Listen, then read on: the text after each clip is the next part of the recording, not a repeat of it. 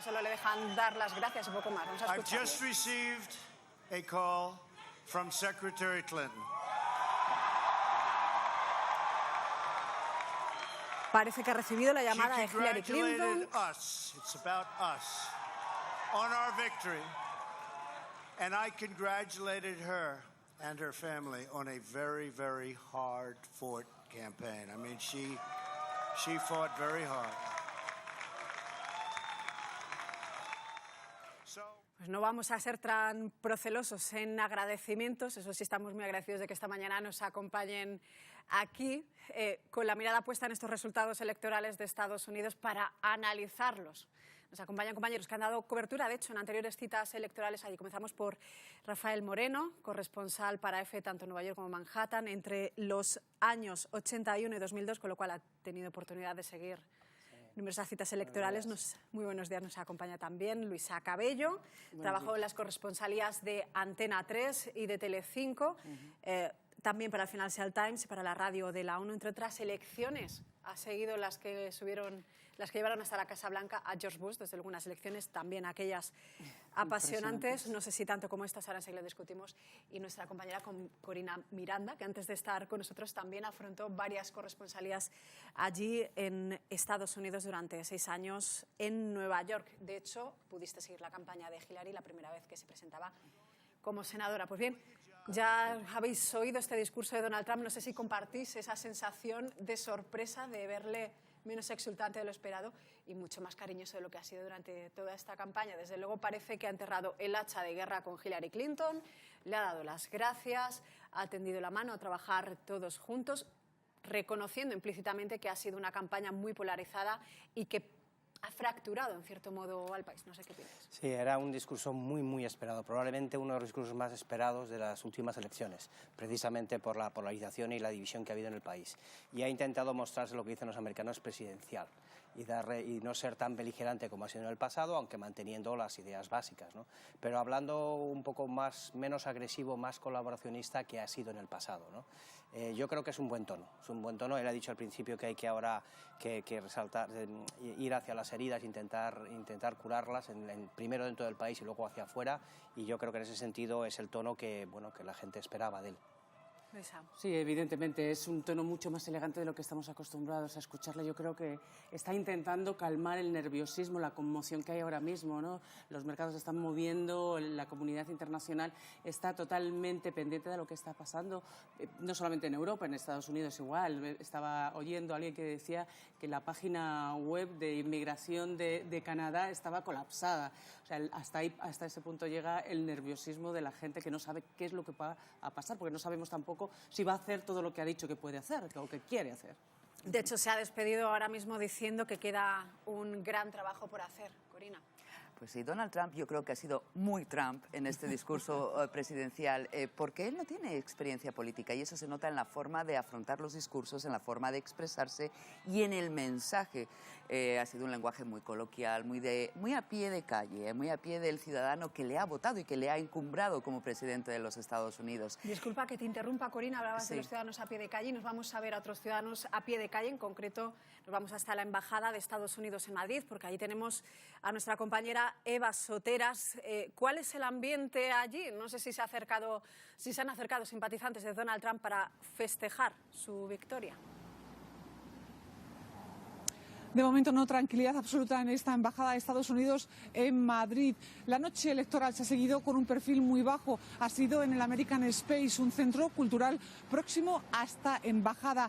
Atrás quedaron esas grandes celebraciones que se venían haciendo hasta el año 2008 con hasta 1000 invitados siguiendo, como decimos, estas noches electorales. Sabemos que los demócratas se iban a concentrar en una discoteca de Madrid, pero de los republicanos no había trascendido cuál iba a ser el seguimiento de esta jornada electoral. De momento, decir que el Gobierno de España no ha hecho una valoración ni un pronunciamiento oficial. Sabemos que el recién estrenado ministro de Exteriores, Alfonso Dastis, ha dicho en una emisora de radio que confía en que este sea que con este presidente se consigan revalorizar y se consigan consolidar esas relaciones tanto bilaterales como multilaterales. Y también aquí en Madrid, que hoy es fiesta en la ciudad de Madrid, pero no en toda la comunidad, muy pendientes de la apertura del parqué madrileño, porque muchas bolsas han pegado un gran batacazo por miedo a este resultado en Estados Unidos.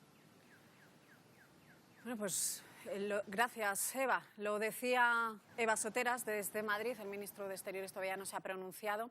Y esa es una vertiente a analizar a partir de ahora, desde terceros países, cuál va a ser la relación que adopte Estados Unidos, porque desde luego en su momento, entre otras promesas de Donald Trump, estaba la de dejar de formar parte de ese compromiso de defensa mutua en la OTAN. Tenía ese proyecto del muro con México, en fin, desde luego la diplomacia internacional parecía que no era el suyo. En su mensaje ha tendido la mano a la colaboración. Y, por cierto, no hemos dado el dato final del escrutinio de votos. 279 ha conseguido finalmente Donald Trump frente a los 218 de Hillary Clinton, y la mayoría también en el Senado. Mantienen la mayoría los republicanos en el Senado. A partir de ahora, desde las relaciones diplomáticas internacionales. Lo que demuestra es que él tiene lo que llaman los americanos un mandato. O sea, él no ha ganado por los pelos de cualquier manera. Ha ganado de una manera contundente, aunque nadie lo hayamos sido capaces de ver. Ha ganado no solamente la Casa Blanca, sino los republicanos, aunque también entre ellos puede haber diferencias, el Senado y el Congreso de los Diputados. Luego tiene una posición de fuerza para reestructurar la manera en que Estados Unidos se relaciona con el mundo. La cuestión es ver hasta qué punto y con qué rapidez pone en práctica esas ideas que a nosotros nos han llamado mucho la atención. El tema del muro, el tema de... Yo no creo que va a romper, por supuesto, el lazo transatlántico, la cooperación con la OTAN, pero probablemente tenga una actitud mucho más beligerante frente a otros países, nos exija también a los europeos que hagamos más temas. Está claro que se empieza otra era de una persona un poco que tiene un carácter mucho más decidido, mucho más, algunos lo llaman hasta un pequeño caudillo americano. Bueno, lo hemos visto en el pasado y bueno, yo creo que tendremos que convivir con ellos y ajustarnos. Sí, yo creo que también puede afectar, y él lo ha anunciado, ¿no?, la posibilidad de que cambien algunos acuerdos comerciales, la negociación del acuerdo comercial que está llevando en secreto con Estados Unidos y Europa. También tienen mucho miedo que puede pasar con el NAFTA hacia México. Por supuesto, la OTAN, lo que tú decías, él ha dicho, bueno, no vamos a pagar los americanos todas las facturas. Tienen que ponerse al día en el pago de las deudas que tienen para llevar a cabo las operaciones, porque no van a ser ellos simplemente los que corran con los gastos. Con China también hay una situación muy delicada. Él amenazó a China con subir los aranceles. Eso es muy peligroso porque China es el que tiene mayor deuda americana. Imagínate que tú llegas a enfadar realmente a China y se decide por vender toda la deuda que tiene de Estados Unidos, y la cosa se les puede poner francamente fea, y sobre todo México, que tienen que estar aterrorizados. Bueno, hay otros puntos. Está Cuba, ya ha dicho abiertamente que no le gusta el acuerdo que ha firmado Obama con el régimen de Castro. Está Venezuela, que ha prometido mano dura con Maduro. Está el acuerdo nuclear con Irán, que tampoco le gusta nada. Y está, sobre todo, Oriente Próximo, la guerra en Siria, la guerra contra el Estado Islámico, que tampoco queda muy claro cuál va a ser su postura. Inicialmente él era mucho más beligerante, luego se ha ido dulcificando y apuesta por más o menos mantener la misma estrategia de no tropas sobre el terreno, pero sí mano dura. No está dispuesto bajo ningún concepto a implicarse en la guerra contra Bashar al-Assad en Siria, y sí, por el contrario, está dispuesto a ser muy buen amigo del presidente ruso, de Vladimir Putin, con quien tiene muy buenas relaciones. Prácticamente no se conocen, pero ambos han hablado bien del otro. Yo creo que va a cambiar bastante la política exterior norteamericana. Va a cambiar todo, porque hace unos minutos leía en el Washington Post, segundos antes de confirmarse la victoria de Donald Trump, decía: histórica derrota. Uno de los periódicos más importantes del país que había apostado por la candidata demócrata, porque la lectura más importante de la victoria de Trump creo que está en que ha ganado el voto contra el establishment, contra Washington, contra las élites, contra la política que se ha estado llevando hasta el momento desde la capital de Estados Unidos. Enseguida ahondamos en esas claves para la victoria de Trump, porque De hecho, es muy interesante ese análisis, pero sí que me gustaría ahondar todavía un poco más en las consecuencias para terceros países. En su discurso lo ha recalcado, nos vamos a llevar bien con quien se lleve bien con nosotros.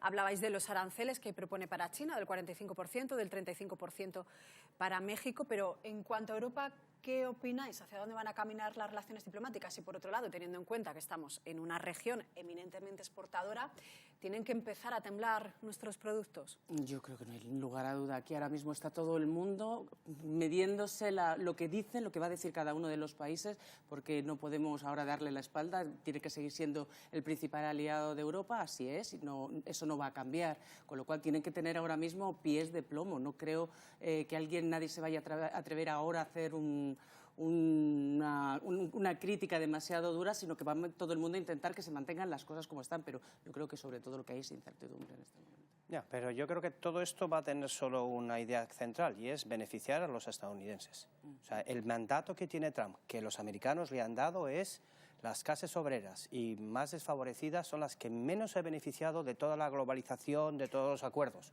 No, y atención, porque ha dicho que va a penalizar a las empresas estadounidenses que se lleven la producción Por fuera. eso. Entonces, entendamos que en este caso hay un replanteamiento de qué modelo económico tenemos que ir hacia el futuro. Si la globalización realmente es buena para todos o para quién.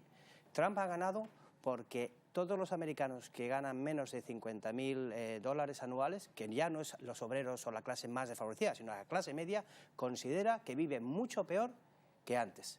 Por tanto, yo creo que todo esto lo vamos a ver afectados porque él va a intentar recuperar a los americanos de la clase media y baja con mayores salarios. Y eso tiene su contraefecto. Bueno, vamos a verlo. Vamos a ver si suben las tarifas y las fronteras, si es contrario a él o no. Muchos tenemos dudas si la globalización es buena para todos o podemos encontrar un modelo que la haga más moderada. Pues ahora vamos a tener que ponerlo en práctica. Y lo que no está tampoco claro, porque nadie se ha molestado todavía en hacer el cálculo, es que si realmente llega a deportar esos 11 millones de ilegales, ¿cuánto va a costar eso al sistema productivo? ¿Quién va a hacer ese trabajo? ¿Cuánto va a afectar al consumo?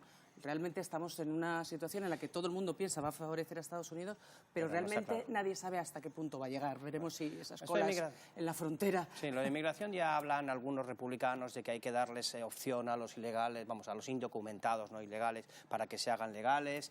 Es verdad que tampoco un país puede tener las fronteras permanentemente abiertas. El tema de los refugiados, todos los países no sabemos cómo enfrentarlos. Por una parte, un elemento humanitario, pero por otra tampoco puedes. Tus sistemas de seguridad social, tus sistemas de funcionamiento tampoco pueden permitir unas puertas completamente abiertas. Por tanto, hay que ver cómo lo que hablamos al principio, hasta qué punto esa prioridad la pone la primera y la hace en los próximos 6 meses y le deja al Congreso, o intenta de alguna manera diluirla en un tiempo más prudencial. Rafael, apuntabas a esa pérdida de poder adquisitivo de la clase media como una de las claves, y de hecho acaba de hablar el presidente de la Cámara de los Representantes, Paul Ryan, un poco también en esa línea de la que tú hablabas, en la que decía que estos resultados electorales han repudiado, leo literalmente, el status quo de las políticas progresistas fracasadas. ¿Es la lectura el principal titular de los resultados de estas elecciones, Corina? Sí, y un sentimiento nuevo de una clase media que se ha sentido excluida, independientemente ya del tema económico, que ha sido muy importante, también el sentimiento de que no se les ha tomado en cuenta, no se les ha escuchado.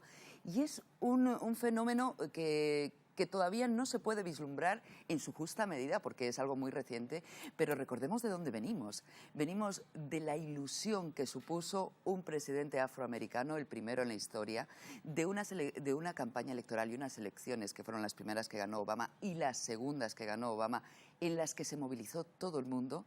En estas elecciones, obviamente, no han participado todos. Ha sido la clase media, el cinturón industrial de los Estados Unidos, esa clase a la que hacía referencia Rafa, de trabajadores, los que se han expresado alto y claro. ¿Y qué ha pasado con las minorías? ¿Y qué ha pasado con esta otra gente que también se siente decepcionada? Hace un rato comentábamos con otros colegas, y los hispanos que iban a votar masivamente por Hillary Clinton, pues resulta que no son tan progresistas como se cree desde España, sino todo lo contrario. Tienen claro que la solución que propone es la que les beneficia a ellos. Exacto. Y en el fondo están pensando que el enojo, hemos leído mal el enojo de todas esas clases, ¿no? De la gente rural. O sea, Trump ha ganado en muchos estados porque la gente rural ha ido a votar y a lo mejor el hispano no ha ido a votar o el afroamericano no ha ido a votar. Por tanto, hay un enojo muy importante contra el sistema, incluso dentro de los hispanos. Aparte de que a lo mejor Hillary no sea tan buena candidata entre los hispanos como nosotros desde fuera queremos ver, o sea, tan líder dentro de esa comunidad, ¿no? Los emigrantes latinoamericanos son tradicionalmente republicanos, son mucho más conservadores, y luego también hay que comprender que estamos hablando permanentemente de los incidentes con la población negra. La población negra parece ser... Todo indica que no se ha debido de movilizar mucho. El disgusto es enorme. Lo que está ocurriendo en el país es muy alarmante en muchos sitios. Es bastante comprensible estos giros, ¿no? Y en el fondo también es un referéndum a Obama. Desde fuera nosotros tenemos una perspectiva distinta. Estados Unidos parece igual que nosotros porque tiene las mismas casas, los mismos coches, pero es un país completamente distinto a lo que es Europa. Y en el fondo Obama le está diciendo: lo que tú has hecho no lo queremos que continúe Hillary. Hillary ha hecho su campaña como un cierto continuismo de Obama, aunque no es lo mismo, pero han dicho: no, queremos cambiar, queremos otra cosa. No sé si a lo mejor sea peor, pero nosotros no queremos otros 4 años más de lo mismo. Y en el fondo es un referéndum contra Obama, y a ver de lo que ha hecho Obama, ¿qué queda? Si se mantiene la reforma del sistema de la seguridad social, si se mantienen muchas de las cosas que ha hecho, porque los afroamericanos, como estamos hablando, no han ido a votar para mantener el legado de Obama. Nada, desde luego, si Trump cumple su palabra, nada de lo que ha conseguido con mucha dificultad, por cierto, Barack Obama, se va a mantener en pie. Ha prometido acabar con el Obamacare, con el sistema sanitario que se ha conseguido después de años y que además era el gran sueño de Hillary Clinton desde sus años de primera dama. Tampoco van a conseguir sacar adelante esa reforma migratoria que ya mencionaba Luisa y que está paralizada en el Tribunal Supremo de Estados Unidos y que pone en tela de juicio cómo va a ser la política. ¿Construirá el muro? Esa es otra gran pregunta, ¿no? Entonces... Tenemos 2 titulares de última hora, además uno de ellos puede influir en que cambie alguna de sus promesas electorales. Ahora mismo, en la apertura, el IBEX 35 ha caído un 4%. Por otro lado, la otra anécdota que nos deja esta jornada en redes sociales, en Twitter, el presidente Mariano Rajoy ya ha felicitado a Donald Trump por su victoria y ha dicho que se seguirá trabajando para reforzar la relación con Estados Unidos, un socio indispensable. Ha dicho: seguimos en materia de claves, y me gustaría lanzaros una pregunta. Hablabais de la ruptura del establishment. No sé si esa ha sido una de las bazas de Donald Trump, esa imagen de ruptura del sistema, tanto en su forma de comunicarse, tanto en el modo de dirigirse a los demás, esos exabruptos que ha lanzado, ese perfil de personas sin experiencia en política. No sé si ha podido reforzar esa imagen de ruptura del sistema. Yo creo que lo que se está quedando muy claro tanto en Europa como en Estados Unidos es que el sistema no funciona, que estamos dejando atrás a una parte importantísima de la población. Además, hay que tener en cuenta que tanto en Europa como en Estados Unidos la población está envejeciendo. ¿Quién votó el Brexit? ¿Quién está votando ahora por Trump? Es una clase media muy amplia. Son gente que están envejeciendo, que están más empobrecidos, muchos de ellos obesos, muchos de ellos adictos a los medicamentos. De hecho, una de las promesas que hizo Trump, que a mí me llamó muchísimo la atención, que ha sido de las más concretas, que decía que iba a abolir la prohibición de importar medicamentos de terceros países. Esa gran población media de Estados Unidos muchas veces hacen viajes a Canadá para comprar medicinas que a ellos les resulta muchísimo más complicado tener en su país. Yo creo que hay hoy una situación en la que yo creo que todos tenemos que despertar. Es decir, el sistema no está funcionando para la amplia mayoría, tanto en Europa como en Estados Unidos, y yo creo que debíamos de empezar a tomar nota seriamente. Sí, yo creo además que, y lo hemos vivido en España, o sea, eso no es un fenómeno exclusivamente americano. Trump ha puesto voz a los que nosotros no queremos ver. Y hago incluso los periodistas. Nosotros no hemos, y en Estados Unidos ya hay una cierta autocrítica, no han querido ver, porque han seguido el discurso de lo que llamamos el establishment o la élite, y no se han dado cuenta de que la gente normal de Estados Unidos no iba por ese camino, y no hemos querido reconocerlo. Y Trump ponía voz a esas reivindicaciones, hasta el extremo que, a pesar de todos los exabruptos y lo difícil que es defenderlo delante de nuestros hijos, decía verdades como puños. Entonces, el problema ahora es cómo rehaces eso para que tú le puedas seguir mirando como líder, porque en el fondo, los próximos 4 años, yo si soy un padre americano, tengo que decir, es el presidente. Pero es verdad que a pesar de todas las cosas que ha dicho, la mayoría de las cosas que reivindicaba, la gente estaba de acuerdo con ello. Y nosotros no hemos querido reconocernos, nos parecía que no era posible. Y la realidad es muy tozuda. Y en cierta parte lo hemos visto también en España, cuando hablamos de Podemos o cuando hablamos de muchas cosas. ¿Cómo es posible? Bueno, pues que hay mucha gente que está sufriendo esa situación, ¿no? Y en ese sentido, por supuesto que es histórico en muchos terrenos, pero es histórico porque a partir de ahora tenemos que entender mejor y la gente tiene más voz que antes en lo que pasa en la vida política y en la vida social del país. Y luego también está la parte de su personalidad. Recordemos que es un personaje muy polémico, pero también muy atractivo para determinados sectores de la sociedad americana que no se ha querido ver. Trump ha empezado la campaña peleándose con todo el mundo. Ha acusado a los medios de comunicación de mentira y corrupción. Ha desprestigiado enormemente la campaña de su oponente, de Hillary Clinton. Y el votante norteamericano le ha perdonado incluso esos comentarios machistas, xenófobos, estos comentarios sexistas que han escandalizado. Las mujeres le han votado. Había en algunos mítines Mujeres por Trump, un grupo nutrido de mujeres, que esto también nos cuesta entender desde Europa. En todo caso, Corina, me está sugiriendo una pregunta inmediata. A partir de ahora, si se quiere prosperar en política, ¿convirtamos las campañas en show, en espectáculo? Pues no lo sé. Lo que sí es verdad es que él no ha hecho una campaña al uso, ni ha hecho caso a sus asesores de campaña. Le prohibieron, de hecho, publicar en Twitter. Vamos, entre otras cosas, porque claro, es que Trump soltaba lo primero que se le pasaba por la cabeza, que era precisamente lo que gustaba. Pero eso es muy peligroso para un presidente de Estados Unidos. Efectivamente, y Trump va a tener que aprender mucho. No pensemos que el Trump que hemos escuchado en la campaña, el que decía, esas cámaras de televisión que no están enfocando a toda esta masa que me sigue, enfocarla, va a tener que dulcificar ese discurso, va a tener que adecuarlo, porque obviamente no puede seguir con este tono y de alguna manera ya hemos percibido que hay una intención de hacerlo con este mensaje que acaba de hacer, llamando a la unidad nacional, a que va a ser el presidente de todos, republicanos, demócratas, a que va a buscar un punto de encuentro común en la política internacional, también intentando tranquilizar a los demás, ¿no? Eso sí, a partir de ahora las coberturas de la información internacional van a ser apasionantes con las declaraciones que nos puede dejar Trump como presidente, y se me ocurre en el diálogo con Nicolás Maduro, otro gran protagonista de titulares llamativos. A partir de ahora, a ver por dónde va esto. Yo creo que con Nicolás Maduro más bien no va a haber diálogo, que es lo que se puede esperar. Es una crítica para nosotros también. Él ha jugado el sistema que los periodistas nos gusta.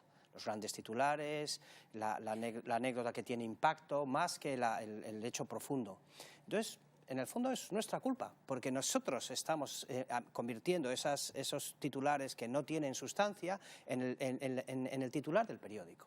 Él, en el fondo, nos ha utilizado a nosotros, sabe qué es lo que a nosotros nos gusta, y entonces esas anécdotas, va a votar y hace como si mira el voto de su mujer, porque quiere que ese sea el mensaje, la notoriedad es lo que él valora, y entonces quiere que esa foto sea la que se publique todos los días, ese día, durante todo el día. Por tanto, nosotros también tenemos que hacer una autocrítica. ¿Cómo tenemos que cubrir hoy en día, en este nuevo sistema donde hay tanta instantaneidad, este tipo de coberturas, ¿no?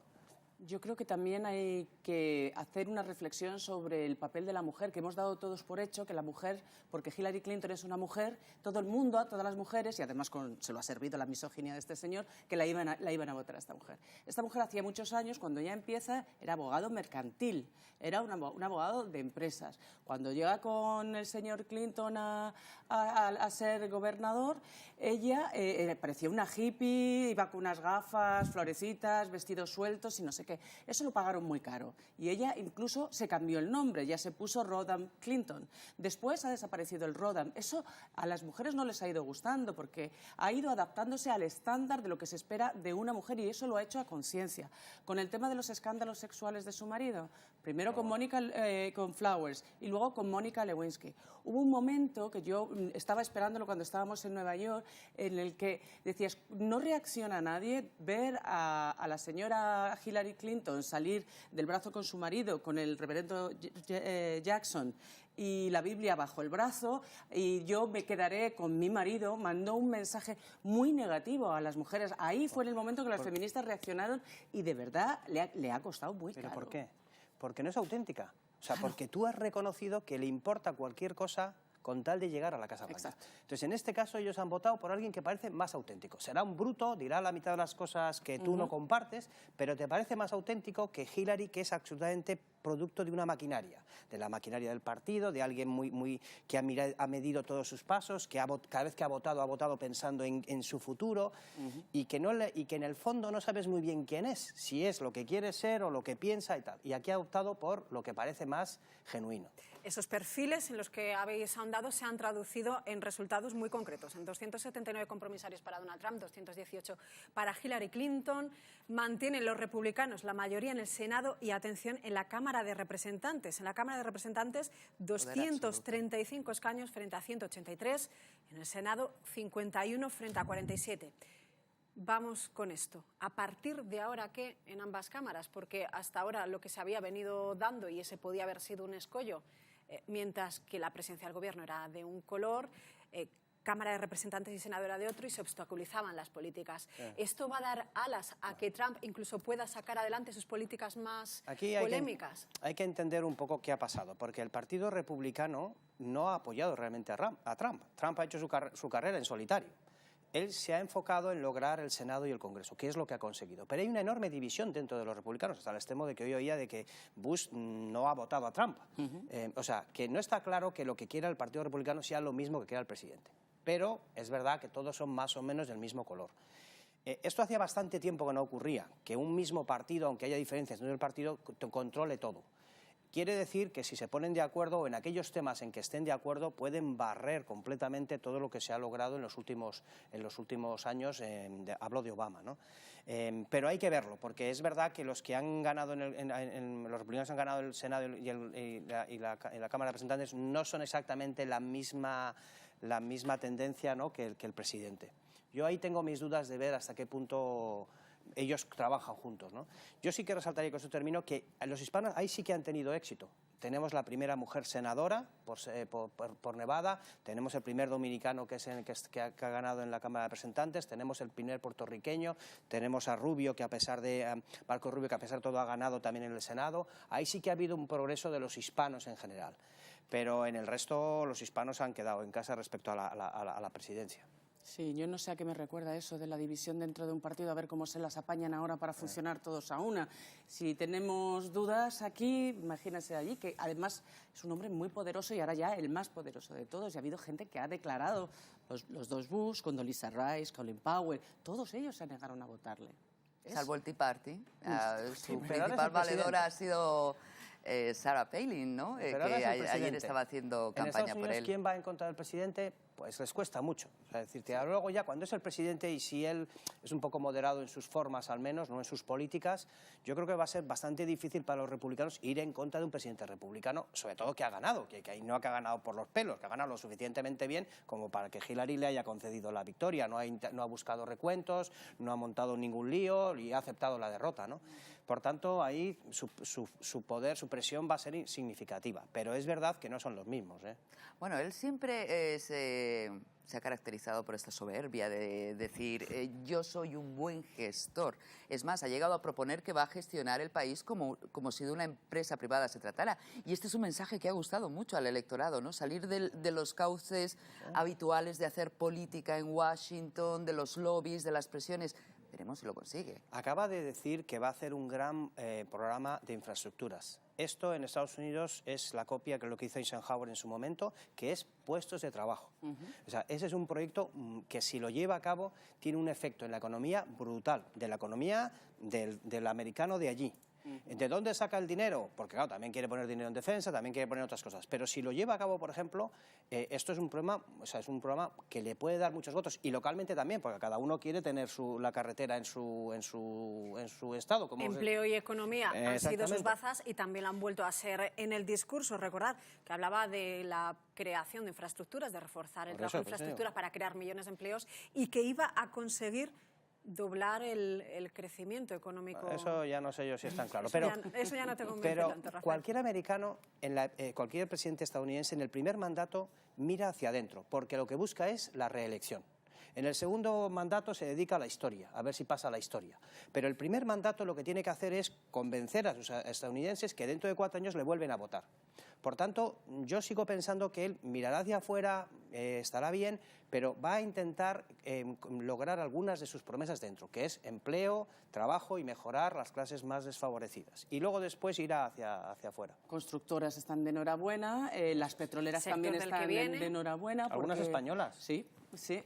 Las petroleras están de enhorabuena porque niegan el cambio climático, niegan la mayor, con lo cual todas las esperanzas que tenían las energías alternativas, la solar fundamentalmente, se evaporan, ¿no? Ahora va a haber que reajustar un poco cuál es la previsión de crecimiento, que yo creo que además, como tú mencionas, a la presencia empresarial en España, española en Estados Unidos, le beneficia. Estamos en grandes constructoras de carreteras, de trenes, estamos allí trabajando los españoles, por tanto son buenas noticias para ellos. Las beneficia, salvo a ver qué políticas lleva adelante con aranceles, que hay que recordar, aranceles para importación, penalización para empresas estadounidenses que se vayan fuera. Va a haber que ver qué hace para reforzar la economía local con la presencia de empresas extranjeras en su territorio. Sí, pero en caso de infraestructuras lo van a hacer ellos con lo suyo. Otra cosa es que el expertise, o sea, que los ingenieros sean españoles. O sea, ahí no creo que haya más problema. Más problemas por ejemplo, con la automoción. Para la inmigración cualificada no tenía pegas, lo ha dicho. Yo creo que no. No, al revés. Pagas tú, paga el país que manda al ingeniero. Gratis, claro, perfecto. lo ha pagado, lo ha formado y luego se lo lleva a Estados Unidos porque al final le paga más, ¿no? Más son otros sectores. Automovilismo, por eso México está muy complicado. Estamos hablando de que hoy la mayoría de los coches que se fabrican en Estados Unidos, que se venden en Estados Unidos, se fabrican fuera de Estados Unidos porque es más barato, porque así rebajan el coste del producto, ¿no? Eso sí, China, que se compran muchas cosas de China porque son muy baratas, entonces ahí puede tener un efecto negativo, porque si subes los aranceles cuesta más a los americanos y entonces tienes una recesión. Por eso hay que ver, los números hay que ver si funcionan o no, ¿no? O sea, si realmente puede con esas políticas muy llevadas al extremo mantener el crecimiento o doblarlo, como él dice, ¿no? Como dice su campaña.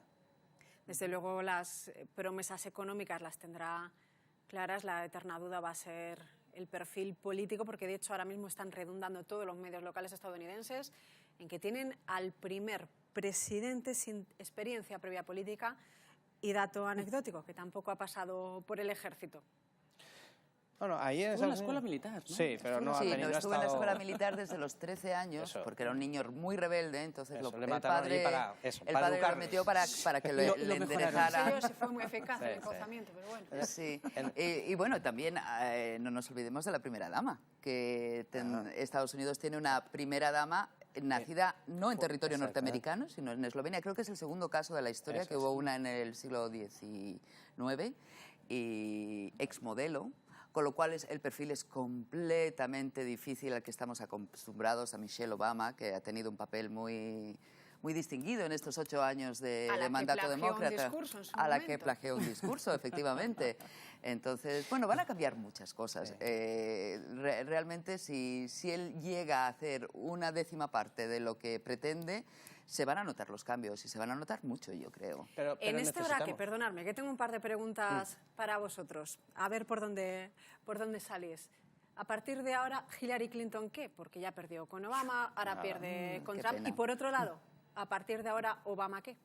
Bueno, yo creo que Obama, Clinton, una de las primeras entrevistas que dio cuando llegó a la casa por primera vez, le preguntaron cuál va a ser su presidencia y dijo 8 años de Bill, 8 años de Hillary. Ese sueño se ha truncado y ella ha peleado a muerte. Ella ha ido por todos los sitios, ha aguantado lo que no estaba escrito con el marido, con la política sanitaria. Cuando ella intentó defender su política sanitaria, que se fue dando un tour por Estados Unidos, la insultaron. Ella pensaba que iba a tener un clamor popular detrás respaldando todo el sistema sanitario. No nos olvidemos que el sistema sanitario modelo español es algo muy nuestro.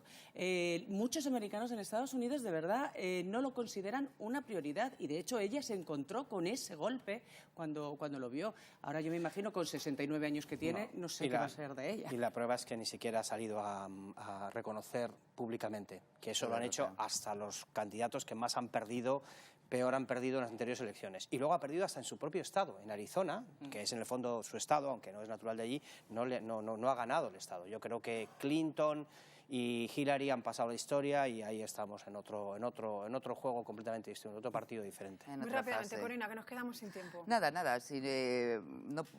poco más puedo añadir a lo que han comentado mis compañeros, que efectivamente pues Obama, que nos lo dejamos en el tintero, pasará a la historia como un presidente que hizo historia, al que le sustituyó otro presidente que ha hecho historia por motivos completamente diferentes. Nos quedaremos con las ganas todavía de tener una mujer presidenta. Michelle Obama. ¿Quién lo sabe? Michelle Obama. Y un nuevo presidente que desde luego es otra historia. De más historias les seguiremos hablando ya a partir de mañana a las 7:30. Nosotros les dejamos con uno de esos proyectos innovadores, pero del mundo agrario, un proyecto innovador de Generación Agro, que recuerden, pueden votar también en nuestra página web hasta el día 11 de noviembre, cmmedia.es. La información continúa aquí en CMM Media. Muchísimas gracias por estar con nosotros y compartir estas horas apasionantes de resultados electorales. Hasta mañana.